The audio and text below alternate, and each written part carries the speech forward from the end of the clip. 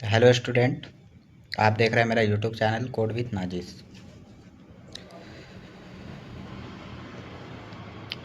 तो आज एक और इन्फॉर्मेशन लेके हम आप सभी के बीच में आया हूँ, क्लास 12 के साइंस स्ट्रीम के स्टूडेंट के लिए जो इस बार क्लास 12 के एग्ज़ाम देने जा रहे हैं। उनका एग्ज़ाम में भी 1 फरवरी से स्टार्ट हो रहा है। तो आप सभी को बहुत बहुत बधाई। आप सभी को एक इम्पोर्टेंट इन्फॉर्मेशन देना है।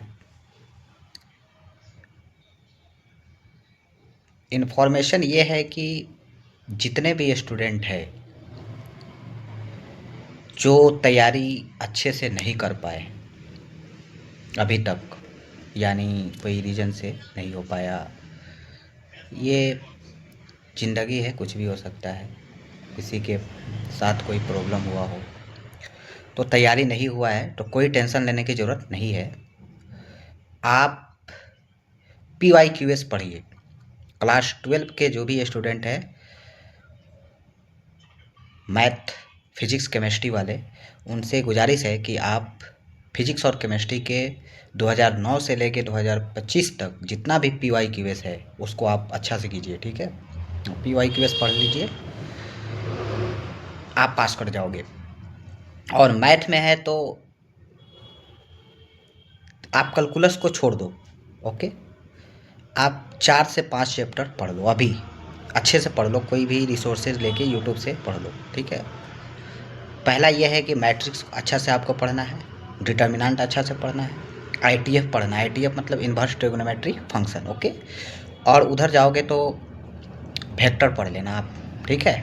और वेक्टर के साथ साथ प्रोबेबिलिटी है, स्टैटिक्स है, वो आप देख लेना, ठीक है।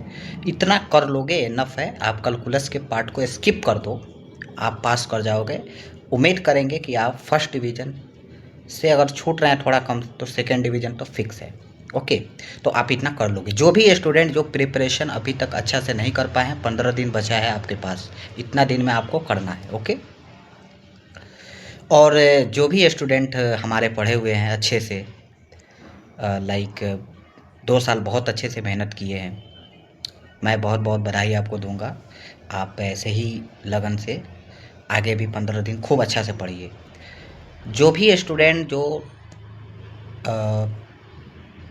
अच्छे से पढ़े, यानी 3 महीना 4 महीना बढ़िया से मतलब पढ़ लिए हैं, पढ़ते आ रहे हैं, कोचिंग किए हैं, क्लास किए हैं, तो आपको कोई टेंशन लेने की ज़रूरत नहीं है।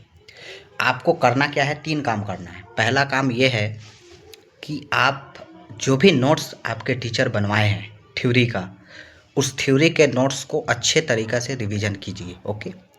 आप ऑब्जेक्टिव के भरोसे नहीं रहिए।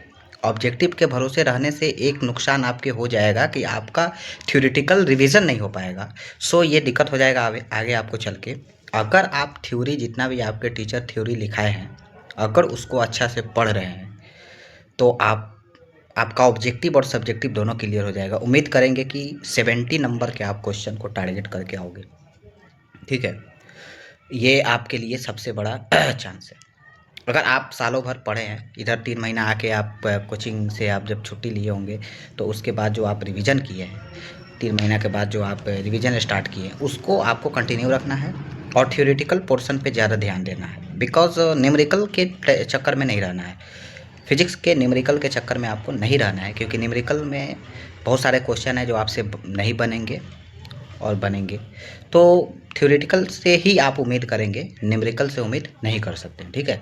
तो आपको थ्योरेटिकल पोर्शन में मजबूती होना चाहिए, ठीक है। अभी क्योंकि बिहार बोर्ड में थ्योरी क्वेश्चन ज़्यादा पूछे जाते हैं, मैं भी जब दिया था तो थ्योरी क्वेश्चन हमसे पूछे गए थे, और मैं पेपर देखता हूँ, थ्योरी ज़्यादा रहते हैं, ठीक है। थ्योरी और फार्मूला आपको याद होना चाहिए, ठीक है। थ्योरी के साथ साथ फार्मूला, लाइक जैसे आपको जैसे ऑप्टिक्स आप पढ़ रहे हैं, ठीक है, तो ऑप्टिक्स में आपको जितना भी रे डायग्राम है वो अच्छा से आपको आना चाहिए, ओके। वेब ऑप्टिक्स आपको आना चाहिए अच्छा से। वेब ऑप्टिक्स से आपको जनरली थ्योरी का क्वेश्चन आता है, तो वेब ऑप्टिक्स आप ऑप्टिक्स तो बढ़िया से पढ़ के जाना है, ठीक है। मिरर वगैरह, मिरर फार्मूला, लेंस फार्मूला, उसके बाद में आवर्धन से आवर्धन, मैग्नीफिकेशन, ये आपको अच्छा से देख के जाना है। क्योंकि हम अकॉर्डिंग टू मेरे एक्सपीरियंस के हिसाब से मैंने ऑप्टिक्स को बहुत ज़्यादा प्रेफरेंस दिया था और ऑप्टिक्स से ठीक ठाक क्वेश्चन आए थे। ठीक है, तो ऑप्टिक्स आपको टारगेट करना है, ऑप्टिक्स में दोनों। ठीक है, रे ऑप्टिक्स और इधर ज्योमेट्रिकल ऑप्टिक्स। ठीक है, ये आपको आना ही चाहिए, हर हाल में आना चाहिए। ठीक है, तो ये कर लेंगे। और फिजिक्स के बात करें तो उधर जो मॉडर्न फिजिक्स है उसको भी आप अच्छा से करके जाओगे, क्योंकि मॉडर्न फिजिक्स से भी अच्छा क्वेश्चन आ जाता है। ठीक है, ये तो आपको करना ही है हर हाल में, ये दोनों से क्वेश्चन आते हैं, ठीक ठाक क्वेश्चन आते हैं। उसके बाद में आपको इधर पढ़ना है, हाँ, इलेक्ट्रोस्टैटिक्स। इलेक्ट्रोस्टैटिक जो चैप्टर है, आई थिंक इलेक्ट्रोस्टैटिक, यस, उसको भी आपको बढ़िया से करके जाना है। ठीक है, क्योंकि वो भी बहुत अच्छा चैप्टर है, उससे भी क्वेश्चन आता है। ठीक है, उसके बाद करंट इलेक्ट्रिसिटी, ये भी आपको करके जाना है, ठीक ठाक आएगा, मतलब पढ़ लेना। करंट इलेक्ट्रिसिटी तो सही है, उसमें कोई ज़्यादा चीज़ ये नहीं है। आपको कुछ थ्योरेटिकल पोर्शन है जो आपको अच्छा से पढ़ना है, करंट वरेंट के बारे में, आवेश जो चार्ज होता है, वेलोसिटी वगैरह, ये सब आपको पढ़ना है। ठीक है, तो ये हो गया फिजिक्स। ठीक है, बहुत सारा है, मतलब फिजिक्स में उतना आपको डिफ़िकल्ट क्वेश्चन नहीं आएंगे। डिफ़िकल्ट क्वेश्चन पहले आते थे, अब नहीं आएंगे शायद। आप अगर थ्योरी पढ़ के जाओगे तो आपका हो जाएगा। ठीक है, उसके बाद में आपको आ जाना है फिजिक्स तो हो गया, फिजिक्स पढ़ लोगे ना, समझ गया ना फिजिक्स कैसे करना है। फिजिक्स हो जाएगा, बहुत आसान है। फिजिक्स का जितना भी आपके टीचर जो नोट्स आपके लिखवाए हैं ना, उसको पढ़ लेना, इनफ है। उसमें से ही सारा क्वेश्चन आएगा, ऑब्जेक्टिव सब्जेक्टिव मैं लिख के दे रहा हूँ, कहीं से बाहर से कुछ नहीं पढ़ना है। PYQS खाली देख लेना है थोड़ा बहुत, इधर उधर के गाइड वाइड कुछ नहीं पढ़ना है। ओके, गाइड फाइड से पढ़ोगे गलत करके आओगे, ये हम नहीं बोल रहे हैं, ये टीचर लोग भी बताता होगा। ठीक है, और ये मेरे एक्सपीरियंस भी बता रहा है, मैं बहुत सारे स्टूडेंट को पढ़ाया हूँ, 10th से नीचे और 10th के ऊपर के भी बहुत सारे मेरे स्टूडेंट अभी पढ़ रहे हैं, तो मैं जानता हूँ, वो लोग बताते हैं, और जो पास आउट हो गए हैं वो भी बताते हैं। गाइड से पढ़ने से कोई फ़ायदा नहीं है। ठीक है, गाइड आप बिल्कुल भूल जाओ, ये गाइड वो गाइड फलानवा चिलानवा, ये सब गाइड से बम एटम बम ये सब कुछ पढ़ने की ज़रूरत नहीं है। आपको सिर्फ और सिर्फ टारगेट करना है नोट्स पे। ठीक है, हाँ, बात करते हैं मैथमेटिक्स के लिए। तो मैथमेटिक्स में कुछ नहीं करना, मैथमेटिक्स बहुत आसान है। आप 3 यूनिट करके जाओ, 3 यूनिट कर लोगे मैथ कंप्लीट। कैलकुलस तो करना है, 1 नंबर कैलकुलस। कैलकुलस बहुत इनफ, मतलब बहुत ज़रूरी है। कैलकुलस अगर आप करके जाते हो तो कैलकुलस से 60+ क्वेश्चन आने की संभावना रहता है, क्योंकि ये 100 ऑब्जेक्टिव आ रहे हैं जिसमें 50 बनाना है, सॉरी 200 ऑब्जेक्टिव है जिसमें 100 बनाना है।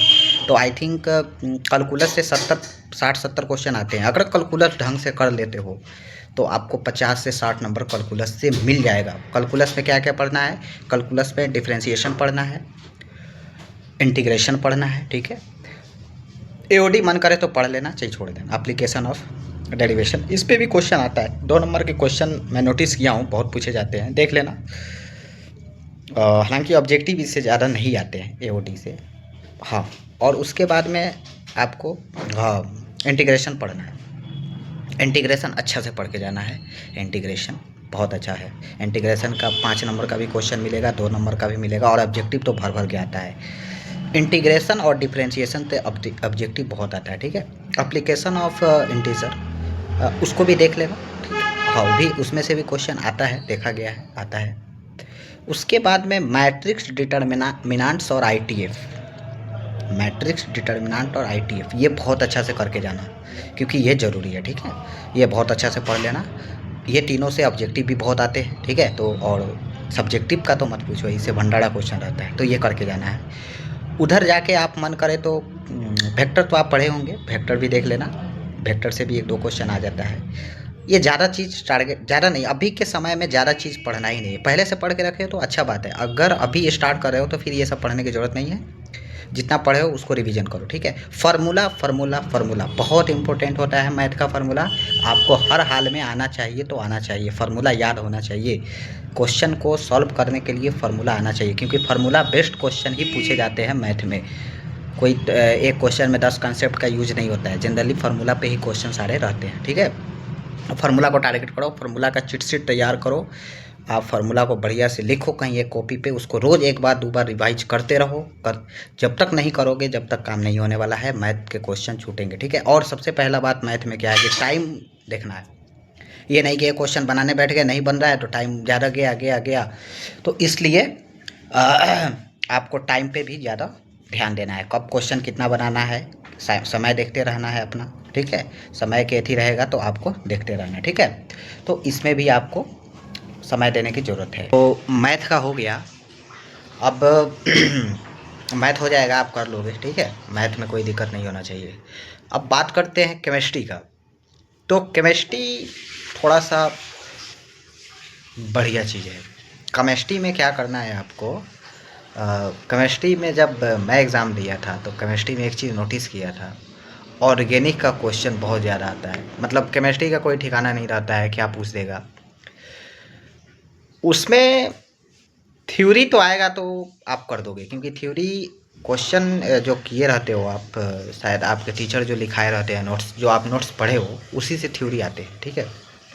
तो सेम कंसेप्ट वही है कि जो फिजिक्स में काम कर रहे हैं ना, वो काम आपको केमिस्ट्री में भी करना है, थ्योरी पूरा रिवाइज करना है।